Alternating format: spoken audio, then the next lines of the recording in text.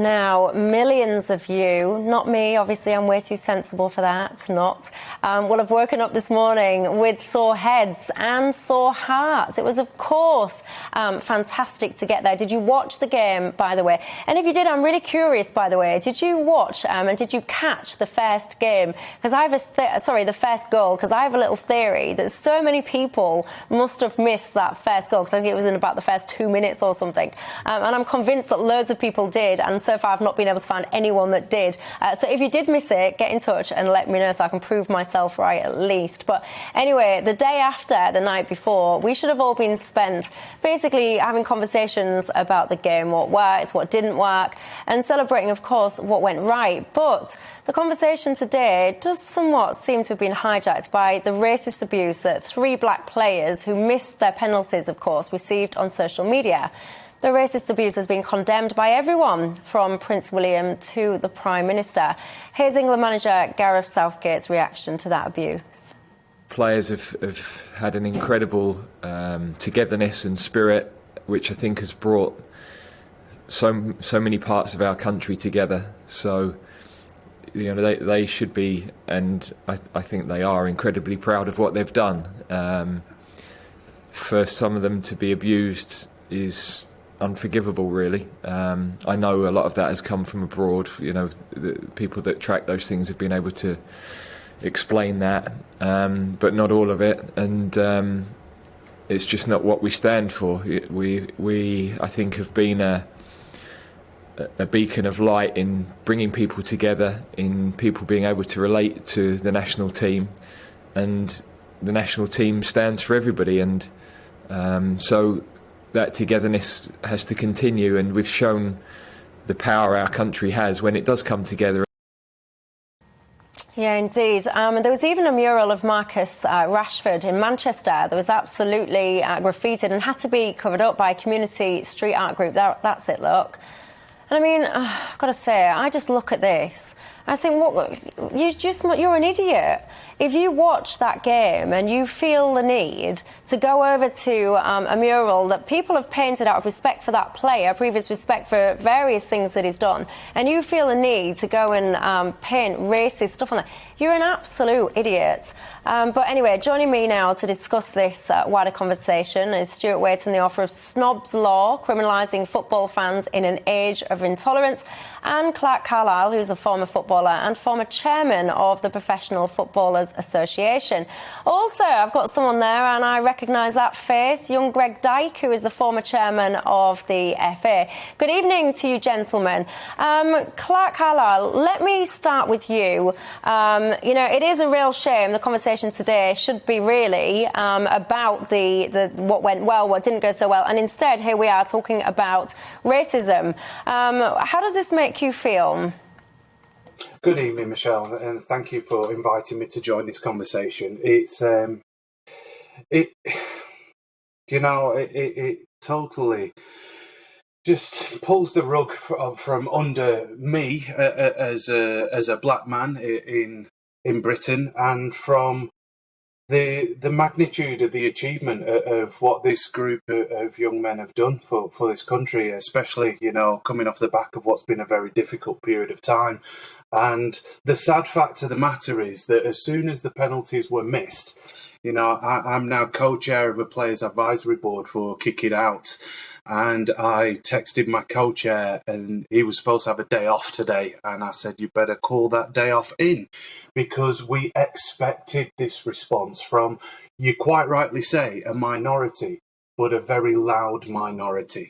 And this is something that nobody should have to encounter in 2021, but especially not these young men who have represented their country. And it's that relationship between supporter and player that is so ambiguous nowadays that people don't seem to conform to the law of the land in regards to those interactions. And that has to change, Michelle. And Greg Dyke, you're a former chairman of the FA. What's your view? Is this getting better or worse or the same or what? Well, oddly, I think racism at football matches has got better over the years. I do remember the days when bananas thrown on the pitch and all that stuff.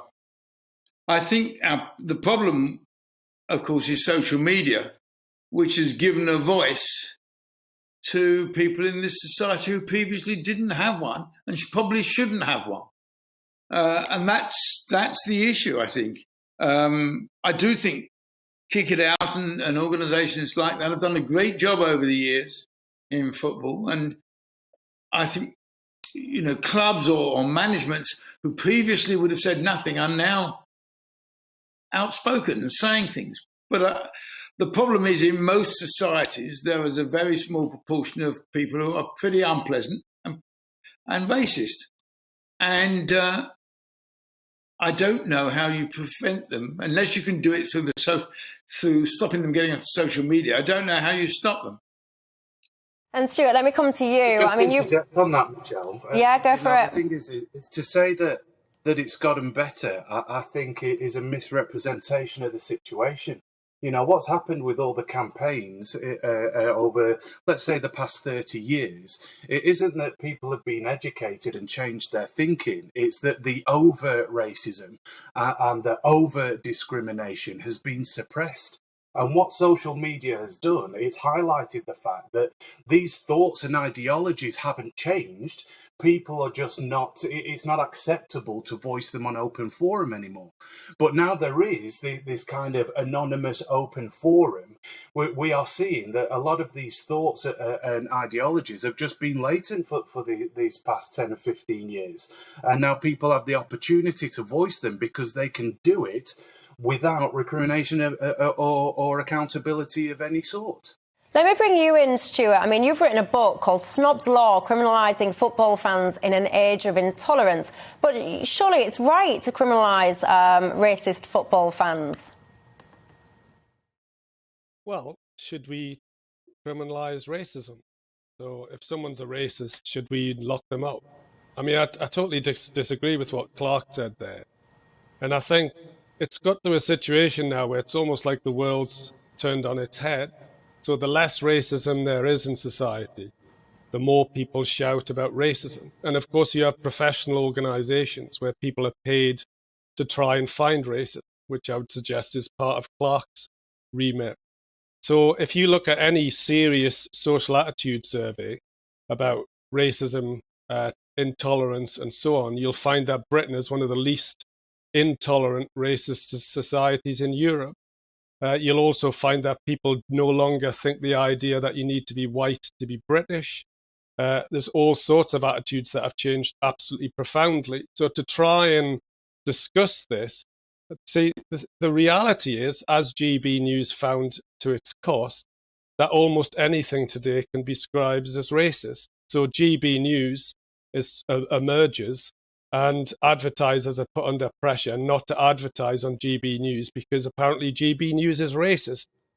So I think as a criminologist, the thing I find disturbing about this discussion is how disproportionate it is. So we have a situation where, as far as I can see, a tiny number of people send out moronic tweets. Or, as far as I know, nobody likes those tweets. This isn't, if we had this racist culture, there'd be hundreds of thousands of tweets and millions of people liking those tweets. The reality is the opposite. You've got a tiny number of tweets, right, which don't represent the British public. Nobody seems to be liking them, and everyone's denouncing them. So we seem to have a much more anti-racist society. And the very fact that this is news at all is where that's a much more interesting question. Why does the Prime Minister feel the need to talk about this? Why is this the number one news item this morning when I wake up with a hangover? Like, that's much more interesting because it suggests to me that the whole industry around anti-racism is kind of problematic. There's something going on in society that constantly tries to elevate the issue of racism, and we've seen all sorts of repercussions for that in terms of cancel culture and so on. And I'm not sure that it helps anybody in society, least alone young black men who are growing up being educated that Britain is this horrendous racist society. Clark Carlisle, how would you respond to what Stuart's saying there? I would respond to Stuart by saying that racism is a criminal offence in certain contexts. And you know that from the Malicious Communications Act, from the Communications Act itself. You know that as a criminologist, that if it is grossly offensive or causes inconvenience, needless anxiety, and it has that aggravating factor of being based on a protected characteristic, it is a criminal offence, and you know that. And I would also say that to find racism in our society, I don't have to go looking for it. I just have to be a black man going around my daily activities. And this is something that, unfortunately for yourself, but you won't be able to appreciate. And that's not to exclude you from the conversation, but it's in order to stop you from dismissing my lived experience on a daily basis. And I'll qualify that by saying my father and my grandfather's experience of racism was overt, vitriolic, violent behaviour. Now, because my experience and that of what I would say is probably most of the modern generation is a rather more nuanced racism, where it's covert, where it affects people's decision making, where it forces people to usher their families away from me on a station platform, where people protect their belongings when I walk close to them in a shopping line, doesn't make it any less impactful to me as a young black man. In fact, it is death by 1,000 cuts, because I am constantly questioning whether I'm accepted within this society and whether the fault lies within me. And that's not just my experience. That is the lived experience of thousands of people of ethnic minority culture and races in this country. So when that is actually escalated to the point where you go to work, these young men are going to work and they are giving their all for themselves, for their teams and for their country. And then they come away from work, and those who are supporters, but in this business age, they are actually clients, customers, whatever. They then extend that interaction to vitriolically abuse them over a social platform. That is racial abuse and a criminal act in any age. And Greg Dyke, let me ask you, I mean, you mentioned there that one of the things that you're certainly feeling is fueling this is social media. One of the things that I've never understood, social media do all of these different campaigns and all this and all that and all the other, but why don't they just stop the ability of people to be able to set up a truly non-verifiable account? I always say, if you need to be anonymous in some regard or protect your privacy, fine, protect your privacy, but you shouldn't be able to set up an account that is truly non-verifiable in the most basic sense of the word. Greg? Sorry, I've lost your last... So what I'm saying to you, Greg, is if we, because I share your view that it's social media, and I guess to simplify my question, why don't these platforms then just stop the ability to set up a truly non-accountable account? You'd have to ask them. There's no point asking me. It's not. But Greg, I thought you was the guru of the 21st century modern technology. Who, me? Yeah. You should have been with me trying to link up into this about 5 minutes ago. Oh, bless you. Okay, well, let me ask you a different question then, Greg. What more can football do? I think football... Let me tell you, when I was at the FA, there were without doubt people in football who were still, they were not, as was said earlier, overt, but there were still people. I remember a member of the board saying to me, they don't want to be on our committees, by they, he meant anybody who wasn't white. And so I still think you've got within football people who have these prejudiced views. But that is not to say that football hasn't done a lot over the years, but there's clearly more to be done. I mean, one of the things we did at the FA was get everybody to go on racial awareness courses and things like that of the, not the staff, but of the the members of the council. Right, okay. Well, I think, Greg, you've got children and dogs that want your attention. So I'll let you... I've got a dog that's wandered in, that's for sure. All right, well, look, I'll leave you guys. Let's leave it there for now. Clark Carlisle, Greg Dyke, Stuart Weston, thank you very much for your time. I was watching Greg's background there, I've got to say, thinking there's a dog, there's a baby, there's another one. But, yeah, I mean, Francis, if I come to you... You know, when I saw those players miss the penalty, I mean, I know what Clark was saying there, and I thought, in fact, I actually said to the person I was watching it with, these guys are going to come in for awful racist abuse now. Why? Why can't you just...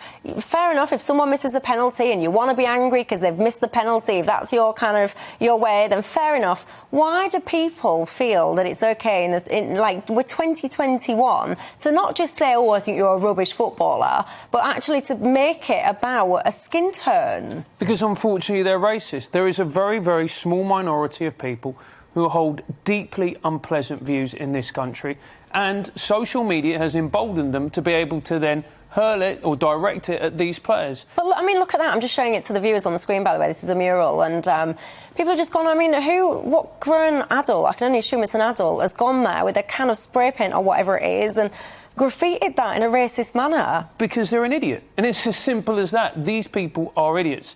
I think what we really need to be talking about is social media. Companies like Instagram, companies like Facebook, what are they going to do in order to protect people on their platform? Why should these players have to suffer the abuse of a minority of idiots? And the reality is they shouldn't. There's a very simple solution to this. What it should be is that if you have a public account, you should be able to say, I do not want to receive messages from an account that keeps itself anonymous. Tick like that. Yeah. True. And in that way, they get rid of it. And then the people who then have an account with their name, with their registrar, and then they abuse, then that's when the law should come in. But why not even make it even more simple, Tom? To me, I'd just make people verify that they are who they say they are. Well, I absolutely agree with that, although I can see the case in a free society, people should be able to be anonymous in the public square, whether that's digital or not. But I think the point is you need to be verifiable in this day and age. But importantly, you need to be held to account, because the point there that Greg Dyke was making about why you can go to football stadiums in this country now and not see that kind of sort of racist chanting or racist behaviour that you saw maybe 3 decades ago is because people now would hold you to account in the public square in the stadium for that kind of behaviour, and it would be driven out, and not least you'd be banned from ever attending that football match again. So we've got to get the social media companies to be able to verify these people. Meanwhile, I mean, I understand the social media companies are knocking off people who are gender critical, for example, for having those perfectly legal. So they can, when it suits them. Exactly. Yeah, when it suits them, Tom. You know, if someone's, I don't know, infringing in putting something up that's got a financial knock-on for them, they'll soon get that off. If someone's doing something that they think that they've decided editorially is misleading, they'll soon get that off. But yet this stuff just seems to constantly get through the net. And to me, it is so simple. Make people verify who they are. And then people will watch this and go, well, I need an anonymous account. Fine. You can still protect your privacy online. You don't have to kind of show everything, but your account in the back kind of end of it has been verified. And then to your side, then you can say, right, you've got a verified account. I want to be anonymous for my own reasons, whatever those reasons are. Yeah, fair enough. So you can tick your box and say I'll be anonymous. And then what you can do, to your point, we'll add your bit in as well, Francis, because that's a good idea as well. We'll say, right, you've got your account, but I don't want to see someone. So you're verified, but you're choosing to withhold your identity, which is fine. But then I don't want to see your content if you're choosing to verify your identity. There you go. We're fixed between the three of us. I think Clegg all of that money. I tell you what. Yeah, exactly. That's a very good point. Facebook, etc. If you're listening, don't worry about expensive consultants. You can, us three will do it for a fraction of the cost, won't we? We'll come and sort it right out. It'll take me about 10 minutes because I genuinely think it is as simple as that. Welcome to the GB News YouTube channel. You can watch us live 24 hours a day, catch up on your favourite shows and join in the conversation in the comments below. Don't forget to subscribe and you'll never miss any of our exclusive content.